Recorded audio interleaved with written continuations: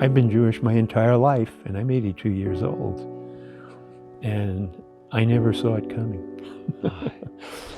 Quick heads up, you're watching my brand new channel and ministry, Highway 53. If you love real gospel street conversations and big questions about Jesus and Israel, hit that subscribe button and come along for the ride.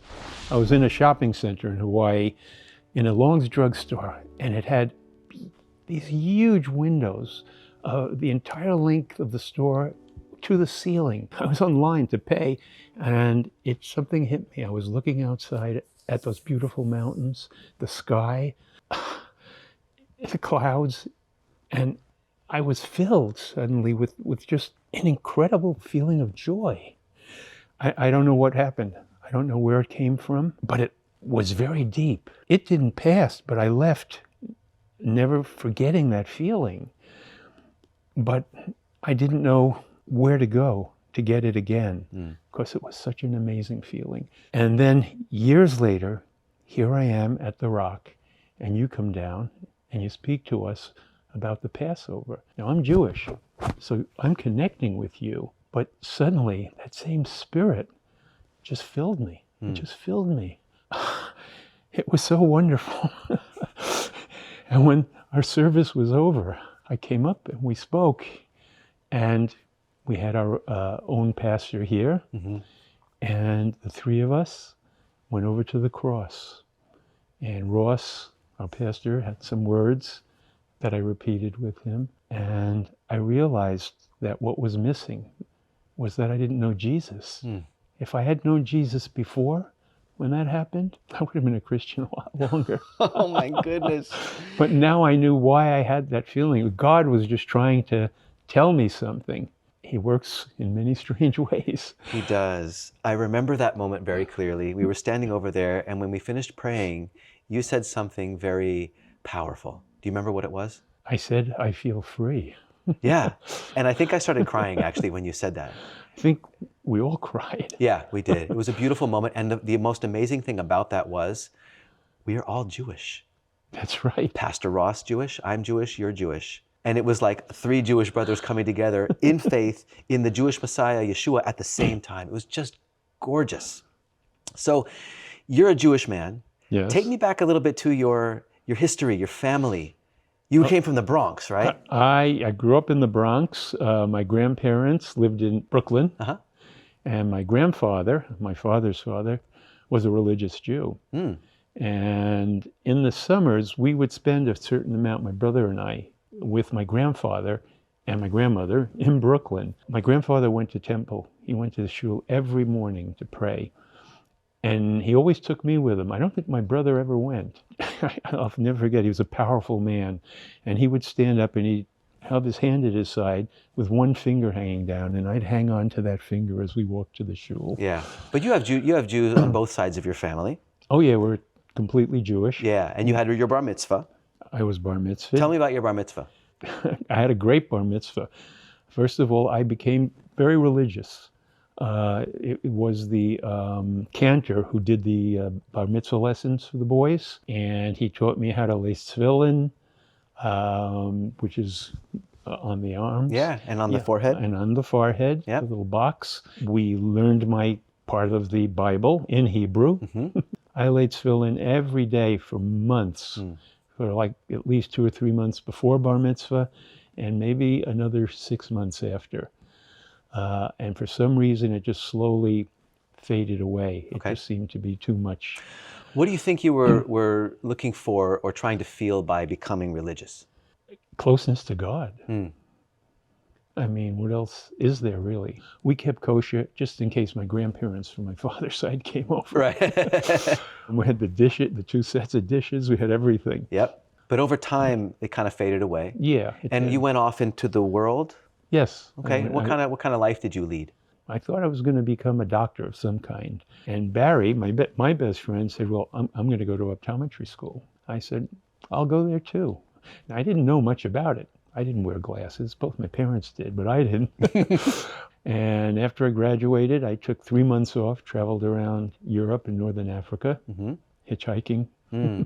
Came back, and just at the Christmas, Hanukkah time, And when that was done, I got in my car and drove to San Diego. Had no idea where I was going, except it was as far west and south as I could get from New York. Within 2 weeks, I had a job at Kaiser. For about 5 years, I was helping with the drug addicts. And at the end of 5 years, I moved on.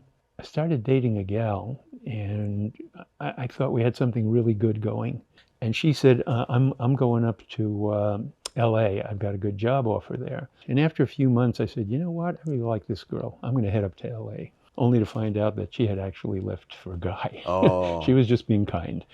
Okay. I was kind of depressed. So I said, what am I going to do to cheer myself up? Got on a plane, went to Hawaii, and went to the shopping center. And that's when I had my experience, when I was looking out of those windows and the mountains and the clouds and the sky and the sheer beauty of it, of God's work. And that's the first time I ever felt what I felt, that Spirit entering me and just imbuing me with this incredible happiness. I took that with me for quite a while. As a matter of fact, for the rest of my life, I never forgot that moment.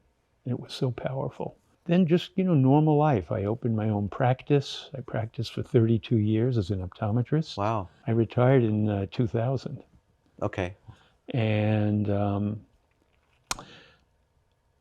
lost my wife. I had a wonderful, wonderful, wonderful relationship that lasted for almost 30 years. And then about 6 years ago, she drowned and passed away. And I was bereft. And I thought, there's not much left for me. I wished I could have gone with her, really.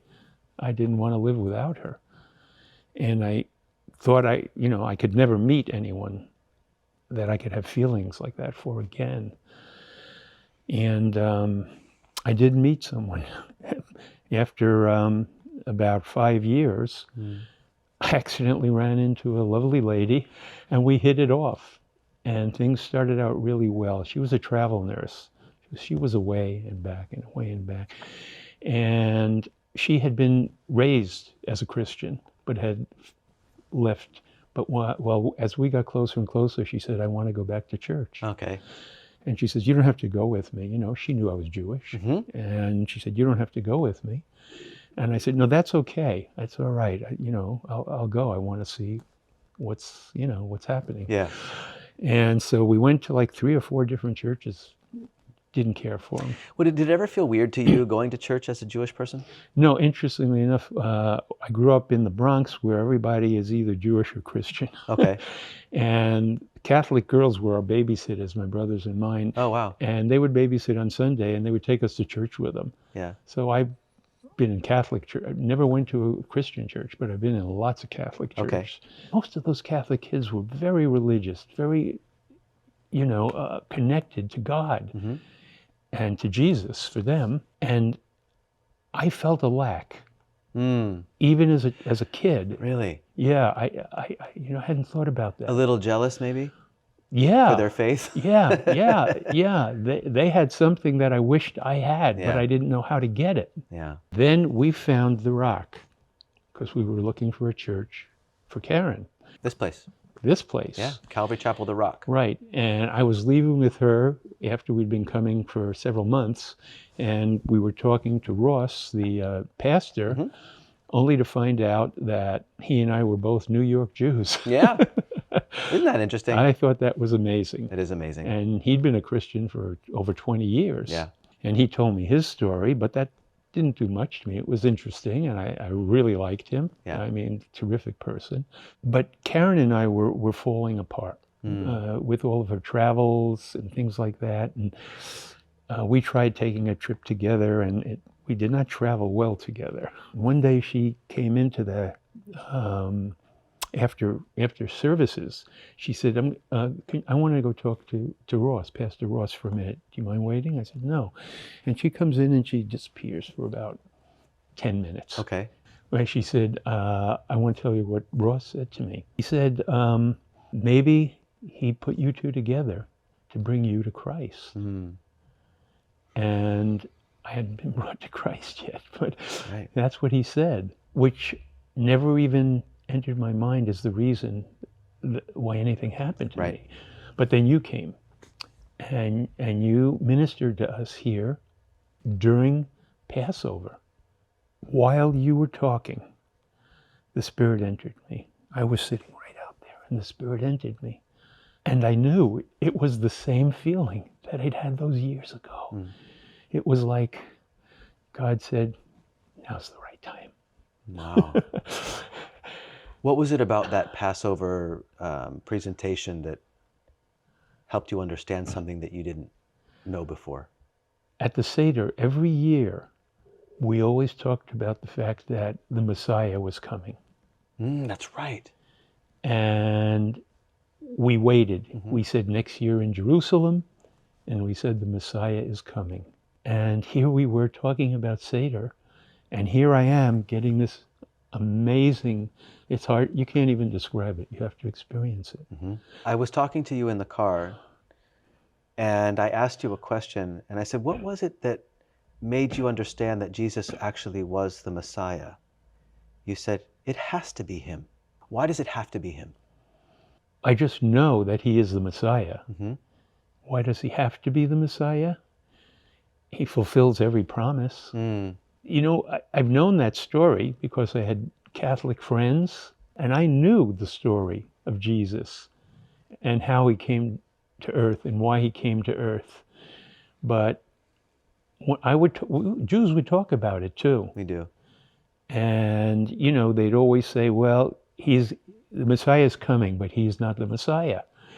And even in my youth, I can remember people saying that Jesus was a myth. And then later, archaeological discoveries found out that, nope, he's real. Yeah. He's just as real as you and me. Right. In the Jewish community, when we talked about it, we said, yes, he lived, and he was a great rabbi, but he wasn't the Messiah. And no one ever explained to me why he wasn't the Messiah. Yeah. You could say they took it on faith that he wasn't, instead of opening their eyes. Yeah, that's right. So as a Jewish man who lived a Jewish life, came to faith in Jesus as the Jewish Messiah, Savior of the world for Jew and Gentile, how did that change you? The awareness of trying to live a life worthy of Jesus, trying to live a life of purity, of a clean life. And I'm not perfect. I'm not I'm not where I want to be, but I have a goal now. I didn't think that way before. I lived my life as I lived my life. Yeah. Trying to be a good person, somehow knowing that's not quite enough. Are you Jewish still? I am Jewish. Yeah, and I think about that a lot too. I think that, I don't feel like I'm not Jewish. Yeah. I just feel like my Messiah came. Beautiful. And that's so beautiful. Would you mind speaking to the camera? Hello. And telling Jewish people that are watching this that might be curious, maybe even skeptical, what would you tell them that are watching right now? I was a skeptic, basically, up until I wasn't a skeptic, until I felt the presence of Jesus and I accepted Jesus as my Savior. And that is a life-changing event. And when it happens, you will know it's happened. I know it's hard to understand. It's like anything that you haven't experienced, words can't make you experience it. Yeah. If you're Jewish, I've been Jewish my entire life, and I'm 82 years old. And I never saw it coming. I didn't either, honestly. Yeah. Oh, the same. I wasn't looking for Jesus. Yeah. And yet he blindsided me and swept me off my feet. Exactly. My goodness. When you're at church, this church is very unique and very special. I recommend that you come here if you're in Northern California, Santa Rosa. There are a lot of Jewish believers here. I've met a lot of Jewish people that come here. Wow. When you're sitting in the seats here and listening to the pastor speak, and you're hearing from the scripture, from the Tanakh, the Old Testament and the New Testament, What are you getting from all of that? I'm thinking how much it reminds me of when I went to services in the synagogue. Yeah, We're talking about the same thing, yeah. only plus. The Tanakh plus. And a lot of Jews would say we don't need the New Testament. That's kind of hard to tell somebody that they need something, Right. because it's waiting for you. It's like it's waiting for you to find it. Beautiful. And you don't have to go digging for it. It's there. You just have to be open enough to realize it. To open it up. I would agree, and I would encourage anybody that's watching this, Jew or Gentile, to open up the New Testament. And you may be surprised at what you find in there if you haven't opened it up yet. The genealogy of Jesus the Messiah, son of David, son of Abraham. And then the genealogy begins, and the story, the narrative continues just like the Tanakh or the Old Testament finishes. So, Stephen, Yes, thank sir. you so much for sharing your testimony. It really, really touched my heart, and it was so amazing for me to be a part of your journey. Thank you so I'm much. floored by it. And thank you for sharing. If you like this kind of content, give the video a thumbs up, leave your comments down below, and stay tuned for more testimonies just like this from Jewish believers in Jesus from all over the world. God bless you. Bless you.